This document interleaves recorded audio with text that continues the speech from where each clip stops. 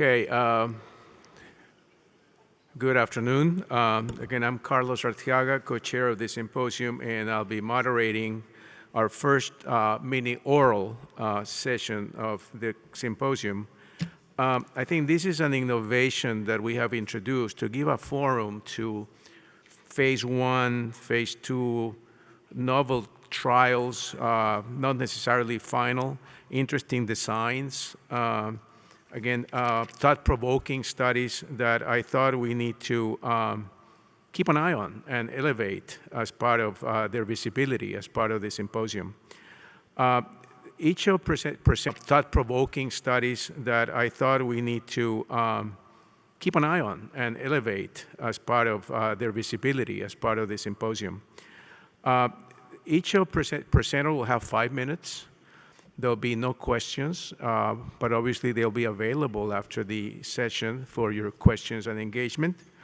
I will read the title, so they don't have to read the title. And they will, again, do the presentation. Each of them will be 5 minutes and hope to be done by the, by the hour. I think speakers, you have your slide control here. Yellow is forward, and there's an itty-bitty red dot here that you can go back. If you want to use the pointer, you can use this slide here, the other one, okay? So it's 2 hands, but I know you can do it. So, so the first presentation is by Dr. John Robertson, titled SERENA-3, a randomized pre-surgical window of opportunity study assessing dose and duration of camizestrant treatment in post-menopausal women with ER-positive, HER2-negative primary breast cancer. Dr. Robertson?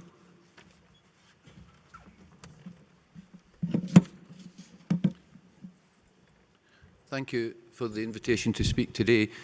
This is my disclosure information. The background to this study is that camizestrant is a next-generation oral SERD, a pure estrogen receptor antagonist. SERENA-1 was a phase 1 trial which demonstrated the safety, tolerability, and preliminary clinical efficacy at multiple doses of camizestrant. SERENA-2 was a phase 2 randomized controlled trial which demonstrated safety and superior efficacy of both the 75 and the 150 milligram dose of camizestrant compared to fulvestrant. SERENA-3 explores the biological effects of 75, 150, and 300 milligrams of camizestrant in hormone-sensitive breast cancer.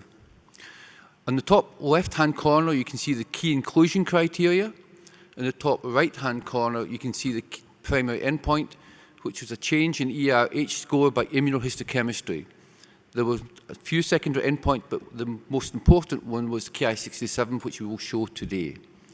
The study design is shown below that. Stage 1 was a planned 24-patient randomization between 75 milligrams and 150, with biopsies taken between day 5 and 7.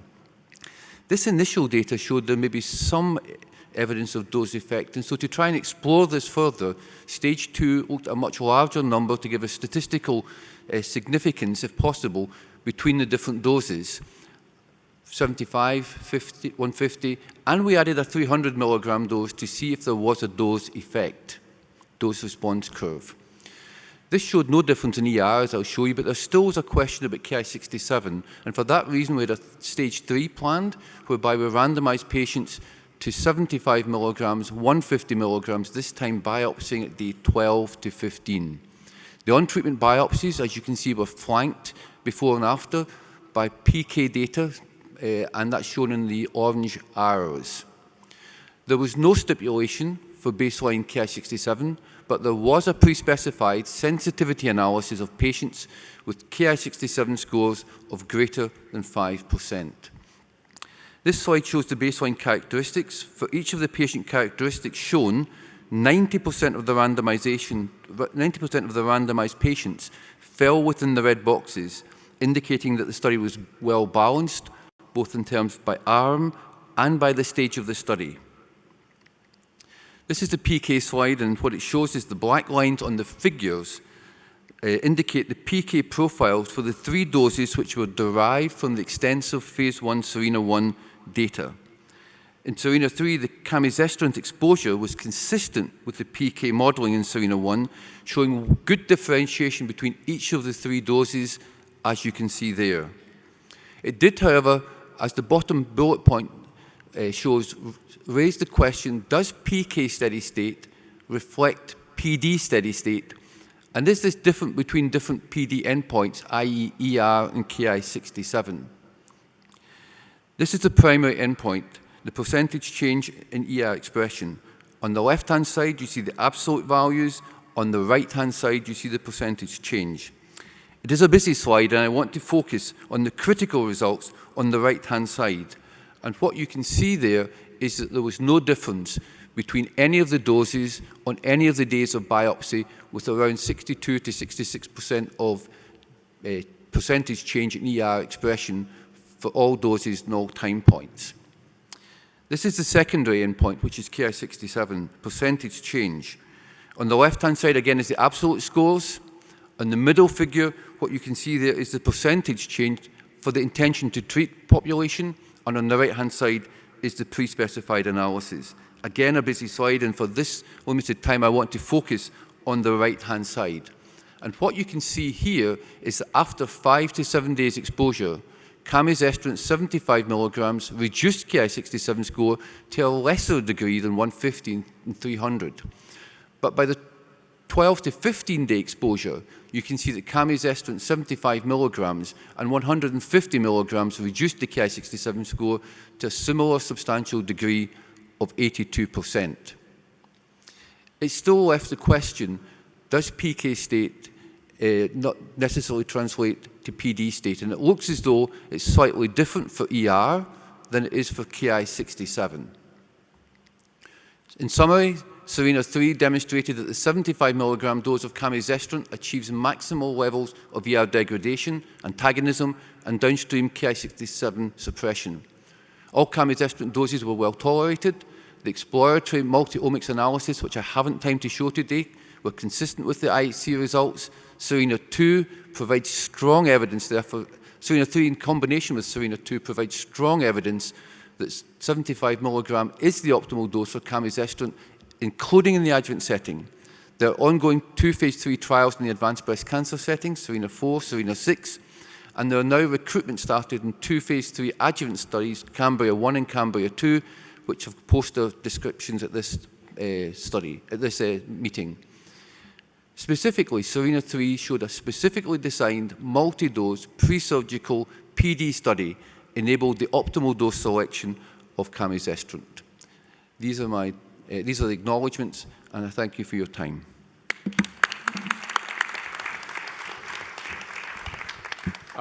Thank you, John, and thank you for being on time.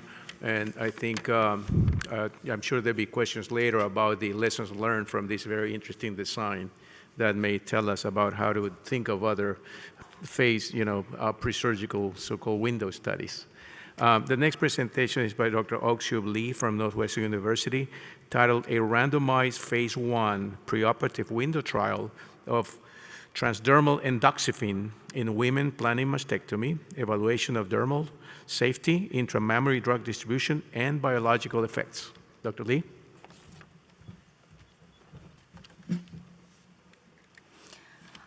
On behalf of our investigator, it is an honor of presenting our work.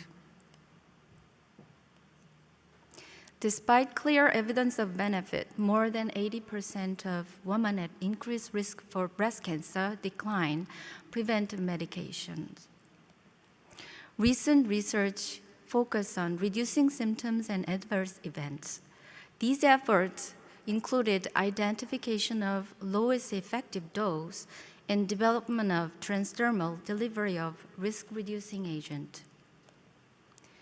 We have investigated transdermal delivery of endoxifen, the most potent metabolite of tamoxifen, to achieve effective concentration in breast, but reduce systemic exposure. We demonstrated that oleic acid hydroalcoholic gel improve skin permeation of endoxifen and led to a high retention of endoxifen in mammary tissue at the gel application site in vivo. NCI DCP PREVENT program supported GMP manufacture of stable gel, toxicology, and regulatory requirement to open the first in-human trial. Our study was randomized placebo-controlled, double-blind phase 1 trial. Women planning mastectomy were eligible for the study. Main exclusion was pregnancy, breastfeeding, endometrial neoplasia, and thromboembolic disorder. During the dose escalation phases, consented women were randomized to cohort 1, applied endoxifen 10 milligram or placebo gel to the both breasts for 3 to 5 weeks before surgery. No DLT was identified. So the endoxifen 20 milligram was tested with placebo gel in cohort 2. DLT was not reported. We studied 10 milligram endoxifen gel in dose expansion phases. A total of 32 participants started intervention and followed up. Primary endpoint was to demonstrate the dermal tolerability and safety. Dermal toxicity at the skin of both breasts was evaluated. DLT was defined as grade 2 or worse for 48 hours or longer. Baseline characteristics was well balanced between intervention groups, except menopausal status. Majority of endoxifen cohort were premenopausal women. There was no grade 2 dermal toxicity. Breast dermal response was very mild and short-lived. Drug was not held for any participants. 2 participants reported grade 2 non-dermal event, breast pain and vaginal infection, but these are commonly experienced by the premenopausal woman, thus likely unrelated to the gel treatment. We measured the endoxifen concentrations.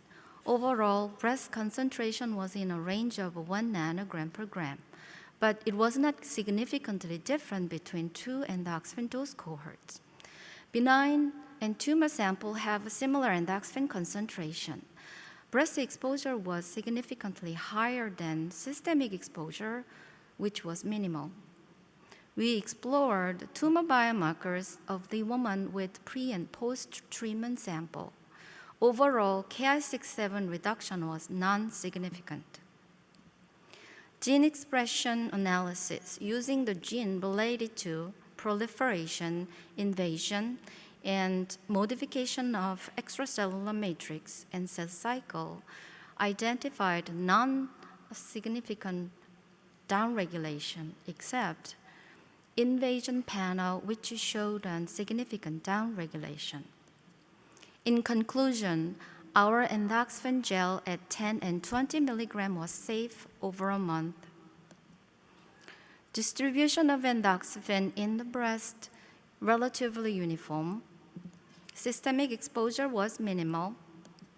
Biological effect in tumor was consistent with endoxifen efficacy, but need a future investigation. We are actively developing a transdermal endoxifen formulation with improved skin penetration.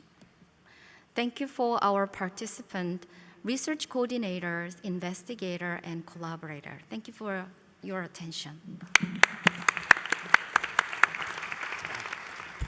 Thank you, Dr. Lee, and we wish you well on the next phase of your studies. The next presentation is by Antonio Llombart-Cussac from the Hospital Arnau de Villanova in Valencia, Spain.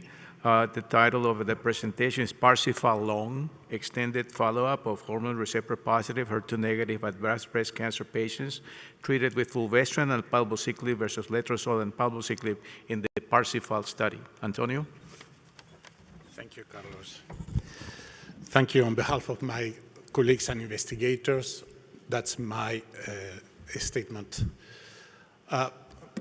PARSIFAL was a phase 2 randomized study, open label, in which we wanted to compare the letrozole to fulvestrant as companion for palbociclib in the first-line endocrine-sensitive setting for patients with ER-positive, HER2-negative disease. The study that included 496 patients concluded for a non-superiority, neither non-inferiority in favor of letrozole when compared to fulvestrant. So letrozole remained, and aromatase inhibitors remain the standard of care in combination with CDK4/6 inhibitors in the first line.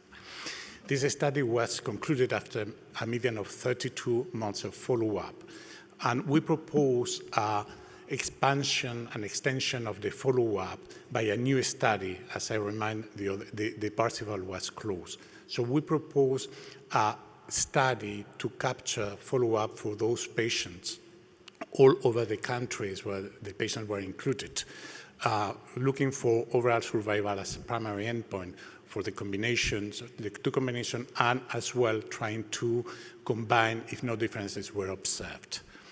So we finally captured patients from 32 of the 47 participation centers.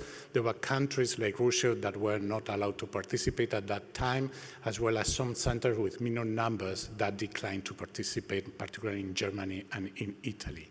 So we achieved 389 patients, that is 81% of the population. Patients firmed a new informed consent if they were alive. And finally, there were no differences in patients' characteristics between PARSIFAL and PARSIFAL-LONG. For the primary endpoint, that was the comparison between the two arms, you can see that with a median follow-up close to 5 years, there is absolutely no differences, with a PFS hazard ratio of 1.00, and for overall survival is 0.94. So that led us to combine both arms in order to see or to check for potential predictors and prognostic factors. That's the median progression-free survival and median overall survival for palbociclib regimens in the first-line endocrine-sensitive population. The median time to progression was 33.2 months. At this point, there is still 32% of patients remain free of progression at 5 years. For the overall survival, the median overall survival for this population is 65.4 months, with a 95% confidence interval of 57 to 72 months. Given this data, we perform also some forest plot analysis to identify prognostic markers, and one of them that appeared as the most strongest was the PFS at 12 months. So we ran a second analysis that is among the patients that have progressed to this first line to analyze what was the value of these early progressors compared to the final overall survival. So something that is quite interesting is that there were no differences between the patients progressing within the first 6 months, those that progressed within 6 to 12 months. Both did very bad in terms of post-progression overall survival with a median of 18 and 19 months, respectively. And it's quite different to the behavior of patients that progress more than 12 months, in which the median overall survival at this point is 27 months.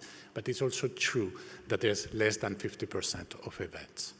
So in conclusion, what we can say is that extended follow-up confirmed no differences between letrozole and fulvestrant when combined with palbociclib, with a median PFS of 33.2 months and a median overall survival of 65.4 months, which is consistent with data presented with other CDK4/6 inhibitors in the same scenario.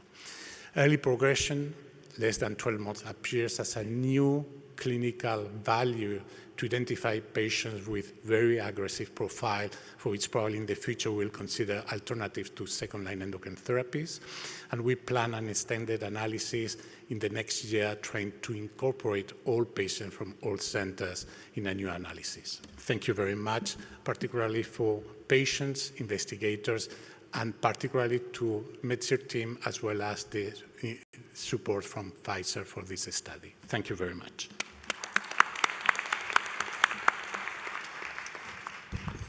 Thank you, Antonio. The next presentation will be by Senthil Damodaran from MD Anderson Cancer Center. Final results from the phase 2 open-label Phoenix MBC2 study efficacy and safety of futibatinib in adult patients with locally advanced metastatic hormone receptor-positive, HER2-negative breast cancer harboring high-level FGFR1 gene amplification. Senthil? Thanks, Dr. Arteaga. These are my disclosures. Deregulation in FGFR signaling has been known to be an important factor in not just breast cancer, but also other tumor types. And approximately 10% of hormone receptor-positive breast cancer patients actually have amplification of FGFR1 gene, and these have been known to have poor outcomes. We know that endocrine therapy is the mainstay of treatment for metastatic hormone receptor-positive breast cancer patients. However, inevitably, they would develop resistance, necessitating the need for novel therapies. Studies have shown that FGFR pathway activation affects response to endocrine therapy, and targeting FGFR may actually overcome resistance. Futibatinib is a highly potent, irreversible inhibitor of FGFR1 to 4 that has shown significant anti-tumor activity in clinical models with FGFR pathway activation. So consequently, this study was designed to assess the anti-tumor activity of futibatinib, either as a single agent or in combination with fulvestrant in patients with FGFR amplifications. The Phoenix MBC2 study was designed as a 4-cohort study. Here we are presenting data from cohort 4, where we enroll patients with hormone receptor-positive metastatic breast cancer patients with measurable disease and high-level FGFR1 amplification were enrolled. We define high-level FGFR1 amplification as 10 or more copies of FGFR1 on next-gen sequencing, or FGFR1 to CEP8 ratio of 5 or more on FISH testing. The study allowed up to 2 lines of prior endocrine therapy and 1 line of chemotherapy. We excluded patients who received prior fulvestrant, and patients were treated with futibatinib oral continuously and fulvestrant 500 milligrams intramuscularly. The primary endpoint was looking at 6-month progression-free survival rate. Secondary endpoints included objective response rate, clinical benefit rate, as well as duration of response. We enrolled 22 women with a median age of 58 years. 2/3 of the patients were white, and patients had received a median of 2 lines of therapy in the metastatic setting. All patients had received prior CDK4/6 inhibitors, and approximately 35% of patients also received chemotherapy in the metastatic setting. Here's the efficacy data. The 6-month progression-free survival rate was 51.6%, with the median PFS of about 7.2 months. The objective response rate was 18%, contributed primarily by partial responses, with a clinical benefit rate of 50%. The median duration of response was 6.3 months. In terms of toxicity, 40% of patients had reported grade 3 adverse events, of which 18% had treatment-related adverse events reported. 2 patients had discontinued therapy due to treatment-related adverse events. Hyperphosphatemia, which is an on-target effect of FGFR inhibition, was the most common treatment-related adverse event, followed by alopecia, constipation, and dry mouth. Most of these TRAEs were either grade 1 or grade 2. Grade 3 treatment-related adverse events included increase in alkaline phosphatase, ALT and AST, as well as 1 patient with hand-foot syndrome. So in summary, the combination of futibatinib with fulvestrant showed promising anti-tumor activity in patients. In summary, the combination of futibatinib with fulvestrant showed promising and with hormone receptor-positive metastatic breast cancers harboring high-level gene amplification following progression on prior CDK4/6 inhibitors. The median PFS was 7.2 months with an objective response rate of 18.2%, with overall manageable safety rate of 18.2% profile. We'd like to, with overall manageable safety, thank the patients for their participation, and thank you all for listening.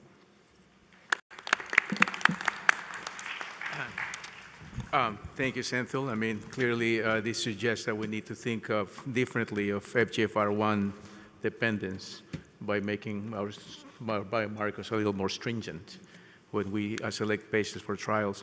The next presentation is by Dr. Elizabeth Harvey-Jones from King's College in London, titled Functional Assessment of RAD51 Foci and Replication for Dynamics in PARP inhibitor-resistant BRCA1/2 mutated breast cancer. Thank you very much. These are my disclosures. In order to better understand mechanisms of resistance to PARP inhibitors and platinum chemotherapy in clinic, we have studied and reported on a cohort of patients with metastatic ER-positive, HER2-negative and triple-negative breast cancer, each harboring a pathogenic mutation in BRCA1 and 2 or PALB2. All patients have received a PARP inhibitor or a platinum chemotherapy in clinic, and we longitudinally profiled them with tumour biopsies, plasma samples, and where possible, fresh tumour samples which we incorporated into patient-derived organoids or patient-derived xenograft models for downstream analysis of predictive biomarkers of PARP inhibitor resistance.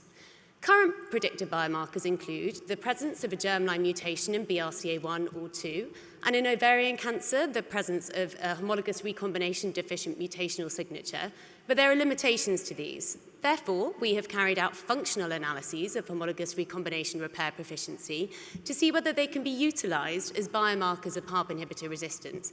And we've done this through measuring RAD51 nuclear foci in our patient tumors, and also through the measurement of DNA replication fault dynamics and stability in patient-derived organoids. Restoration of homologous recombination repair is a preclinically validated mechanism of resistance, and some of these mechanisms of restoration include secondary reversion mutations in BRCA1 or 2, defects in the 53BP1 and shielding complex, or presence of a BRCA hypermorph. And all of these lead to the restoration of RAD51 nuclei formation. The RAD51 assay is carried out in patient tumour samples, and RAD51 is detected in cycling cells, and a score is given. And this has been pre-validated in PDX models and patient tumour samples. We have carried out this assay in 44 samples taken from 29 patients, 23 of which were obtained pre-resistance, 21 post-resistance, and impaired samples in 12 patients. And what we found was that there was restoration of RAD51 function after PARP inhibitor resistance in the majority of cases. And therefore, we do see this high frequency of RAD51 restoration in real-world clinical practice. And where samples are paired, we can more securely infer association with gain of resistance. We saw RAD51 foci restoration from low to high scores in all pairs, and this was true irrespective of the mechanism of resistance. When the same samples were subjected to HRD mutational signature analysis, we see that the SBS3, which is seen in here in yellow, which is synonymous with homologous recombination deficiency, it's seen in both before and retained after gain of resistance, suggesting, as predicted, such signatures are not reversible, and they're limiting in predicting homologous recombination targeted treatment response later in the treatment journey. Our second method of functional analyses was through measuring DNA fiber combing analysis in breast cancer patient-derived organoids for the first time. And in brief, we labeled our replicating organoids with thymidine analogues, and you can see IDU here in green and CLDU here in red. And we detected these through fluorescently labeled antibodies, and you can see a nice readout of normal replication fork metabolism here and abnormal metabolism at this point. And what we saw was, as anticipated from prior cell line data, that PARP inhibitors did induce replication fork acceleration in patient-derived organoids, that the ATR inhibitor ceralasertib slowed down fork speed, and we saw that this occurred in both PARP inhibitor-sensitive and resistant BRCA1 mutant patient-derived organoids. And we thought that this was a good feasibility assay, so we went on to assess replication fork stability in the same cohort of patient-derived organoids. And we know from preclinical work that intrinsic fork stability gives a readout of replication fork protection, and this could be predictive of response to treatment. So we treated our pre-labeled organoids with hydroxyurea, which induces replication fork stalling, and we measured a ratio between the first and second labels to give us a readout of replication fork stability. And a stable replication fork has a ratio of around 1, which you can see here, and an unstable fork has a ratio of under 1, which is what you can see here. And what we found was that there was a higher replication fork stability associated with resistance to olaparib in this set of breast cancer patient-derived organoids. So in summary, homologous recombination repair proficiency assessed by RAD51 foci is a potential dynamic biomarker of HRD-targeted therapy resistance. Restoration of homologous recombination repair upon resistance to HRD-targeted treatment results in a change in RAD51 foci, but HRD scars do not reverse upon resistance. Replication fork dynamics and stability measured by DNA fiber analysis can be measured in relation to therapy interventions in breast cancer patient-derived organoids, and this could be explored as a biomarker of PARP inhibitor resistance. Many thanks. Thank you. That was fantastic. I think this may be the first demonstration in patients of a pharmacodynamic test that can identify escape from PARP inhibitors. So thank you for that presentation. The next presentation is by Hongnan Mo, Dr. Hongnan Mo from the National Cancer Center, Cancer Hospital, and Beijing Union Medical College in Beijing, China. The title is Efficacy and Safety of toripalimab plus Metronomic chemotherapy in HER2-negative metastatic breast cancer, a multi-center phase 2 trial based on a Bayesian adaptive randomized design. Dr. Mo? Good afternoon, everyone. Thank you for giving me the opportunity to share our research findings. On behalf of my co-authors, I will talk about the chemotherapy backbone for immunotherapy in patients with breast cancer. I have no disclosures. Accumulating evidence indicates that chemotherapy regimens that can induce anti-cancer immunity stand out as particularly promising partners for immunotherapy. However, there is no known best chemo backbone at present. Conventional chemotherapies are usually given at their maximum tolerated dose. They tend to be immunosuppressive owing to cytostatic and cytotoxic effects on immune cells. So they may counteract the intended therapeutic effects of immunotherapies. One way to overcome this problem is by administration of chemotherapy at much lower doses continuously, which is known as metronomic chemotherapy. Metronomic chemotherapies are usually more immunostimulatory, although whether they are suitable for the combination with immunotherapy remains unclear. So we conducted a phase 2 clinical trial to compare the metronomic chemotherapy with conventional chemotherapy as backbone for immunotherapy. Eligible patients has HER2-negative metastatic breast cancer with no more than one prior line of chemotherapy. This study used Bayesian adaptive randomization and efficacy monitoring. Patients were randomized to receive vinorelbine monotherapy or anti-PD-1 toripalimab plus vinorelbine, or anti-angiogenic bevacizumab combined with toripalimab and vinorelbine. In cohort 4, patients received conventional cisplatin every 3 weeks combined with toripalimab and vinorelbine. The last cohort is the VAX cohort.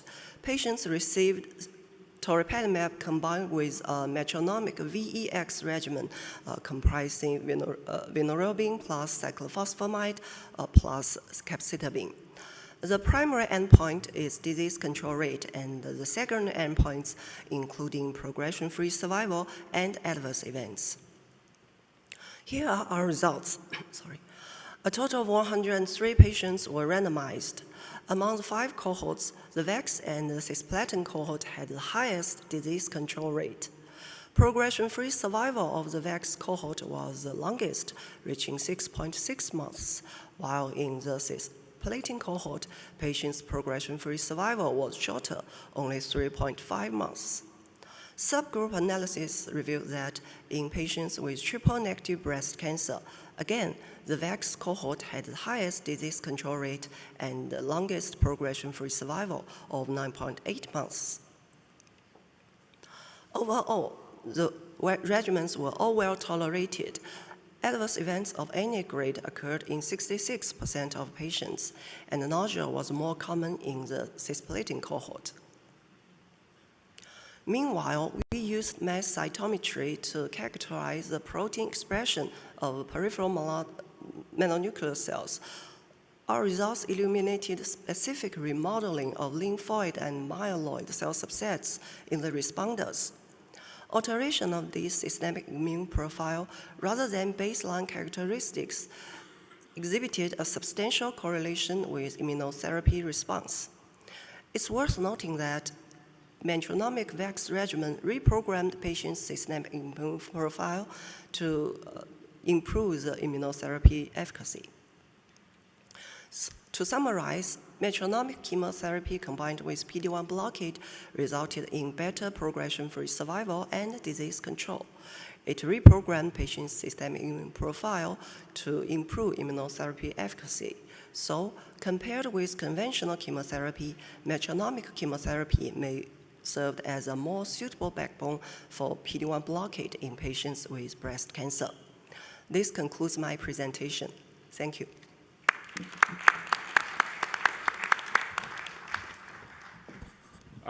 Thank you, Dr. Mo. The next presentation will be by Dr. Pia Paul Sarina from MD Anderson Cancer Center, titled The Efficacy and Safety of Tivantinib in Patients with Advanced or Metastatic HR-positive, HER2-negative breast cancer or triple-negative breast cancer. Dr. Sarina? Good afternoon, everyone. Thank you so much for spending your lunch hour with us. These are my disclosures, and I'm going to talk to you about a drug called Tivantinib today, which is a multi-kinase inhibitor. It's a novel drug, and it has activity against multiple kinases as evidenced by the table with the IC50s listed.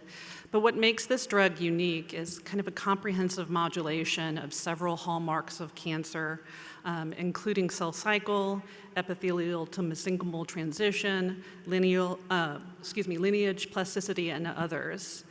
And so what we did is, across two studies, a phase 1 study and a phase 1b/2 study, we pooled all of the breast cancer patients. And understand, across these studies, patients had to have been a HER2 negative, either hormone receptor positive or triple negative to enroll.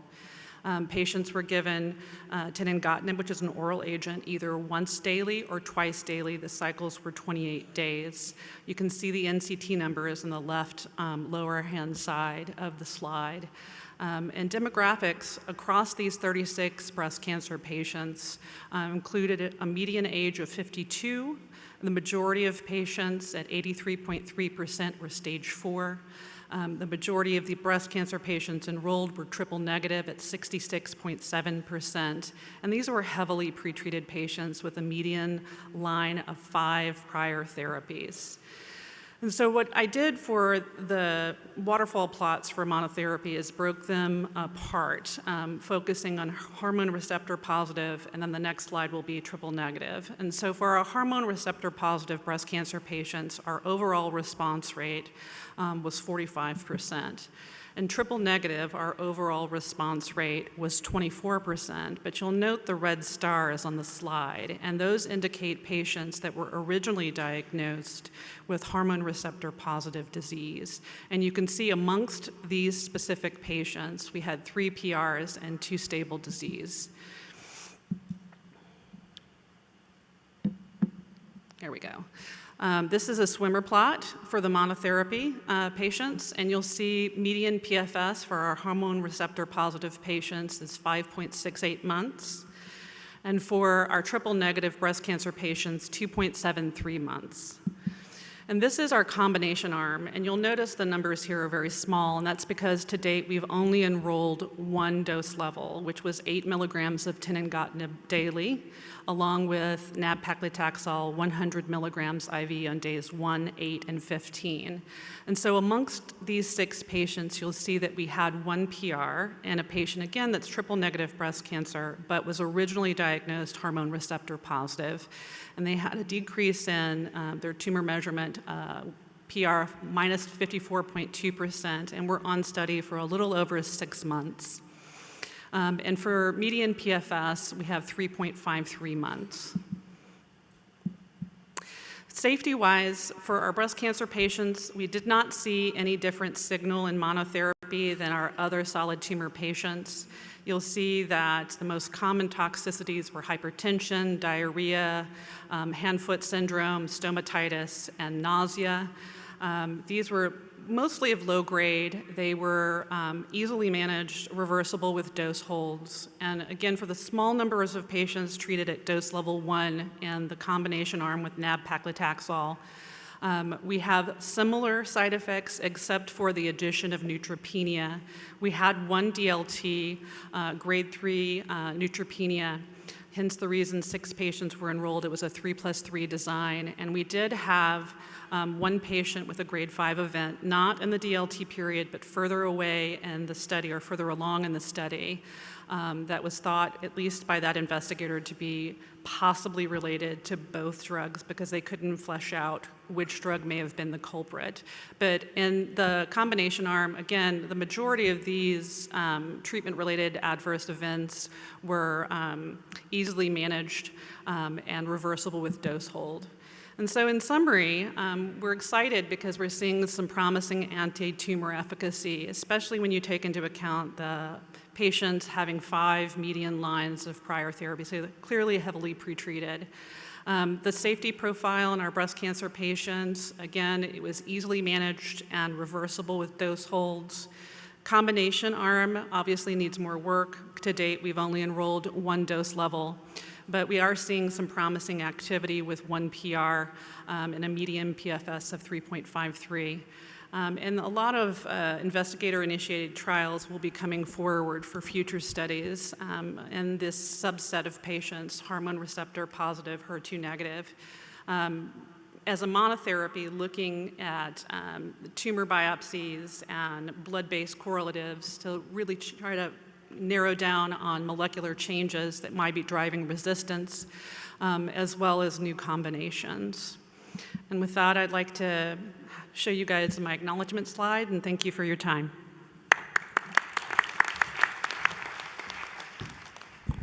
Thank you very much. The next final presentation is by Dr. Jyoti Bajpai from Tata Memorial Centre and the Homi Bhabha National Institute in Mumbai. The title is a randomized open-label phase 3 trial evaluating low-dose versus standard dose olanzapine with triple antiemetic therapy for prevention of highly emetogenic chemotherapy-induced nausea and vomiting in solid tumors, olanzapine.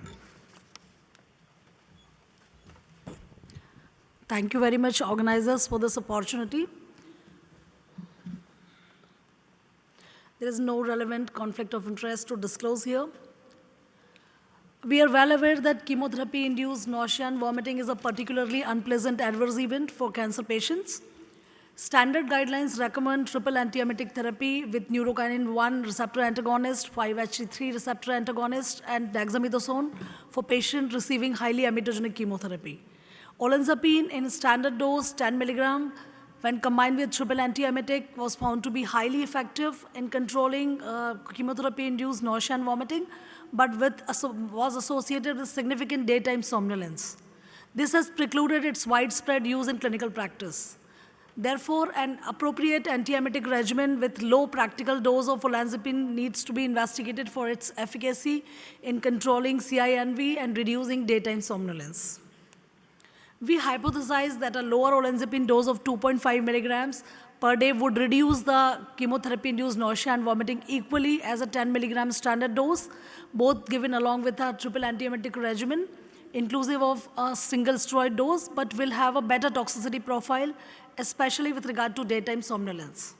This was the very aim of this study, to compare the antiemetic efficacy of low dose versus standard dose olanzapine. So this is a prospective randomized open-label phase 3 study, and patients of either sex between 13 and 75 years who were treatment naive with solid tumors and receiving either doxorubicin and cyclophosphamide or high-dose cisplatinum were eligible. They were randomly assigned 1:1 to receive either low-dose or standard dose olanzapine with triple antiemetic regimen. And the randomization was done by an independent biostatistician using a centralized system with a concealed list. The stratification factors were sex, age, and chemotherapy regimen. The primary endpoint was to evaluate the proportion of patients with complete control, which was defined as no emetic episodes, no use of rescue medications, and no or mild nausea assessed in the overall phase, that is 0 to 120 hours, that is 5 days. The other secondary efficacy endpoints were complete control in acute and delayed phase, complete response, total control, and time to treatment failure. Another safety secondary endpoint was daytime somnolence in overall phase. There was an exploratory endpoint to test that appetite change as well. So patients were evaluated based on their self-written daily diaries, and the tool for measurement was 4-point categorical scale, wherein 0 were none, 1 was mild, 2 moderate, and 3 were severe symptoms. Additional visual analog scale was also used and correlated with 4-point category scales. This is the intention to treat analysis. There were total 132 patients in 2.5 milligram AM and 135 in 10 milligram AM.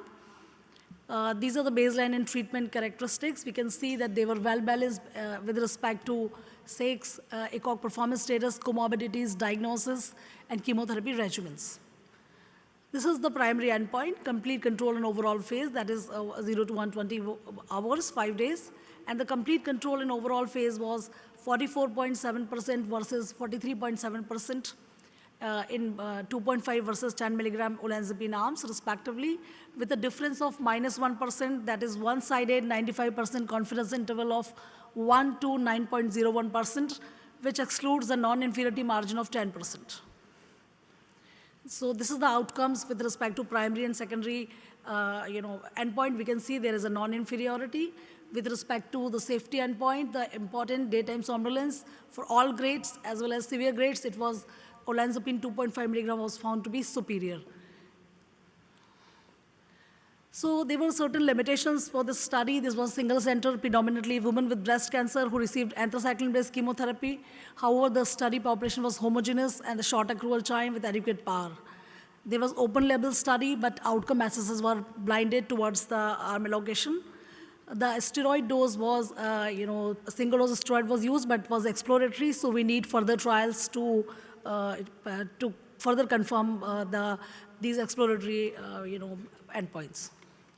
So daily low dose 2.5 milligram olanzapine is non-inferior to 10 milligram standard dose in combination with standard triple antiemetic therapy in controlling chemotherapy-induced nausea and vomiting without the requirement of delayed steroids, and is superior with respect to daytime somnolence in patients receiving highly emetogenic chemotherapy. This merits its consideration as an antiemetic regimen of choice for highly emetogenic chemotherapy, and it is essentially having practice changing, defining implications, and can benefit patients globally with a low cost and sustainable intervention. Thank you very much. And while I'm presenting, this study is also accepted in Lancet Oncology, and this is my acknowledgements. I am thankful to all the patients, families, investigators, and everybody who contributed. Thank you very much. Yeah, congratulations on your paper in Lancet Oncology, and thank you for this presentation that, again, provides additional choices for patients. So this concludes the session. I'd like to, give my special thanks to all the presenters for sharing their translational and clinical science. We wish you well in the next steps of your research and maybe future presentations in the meeting.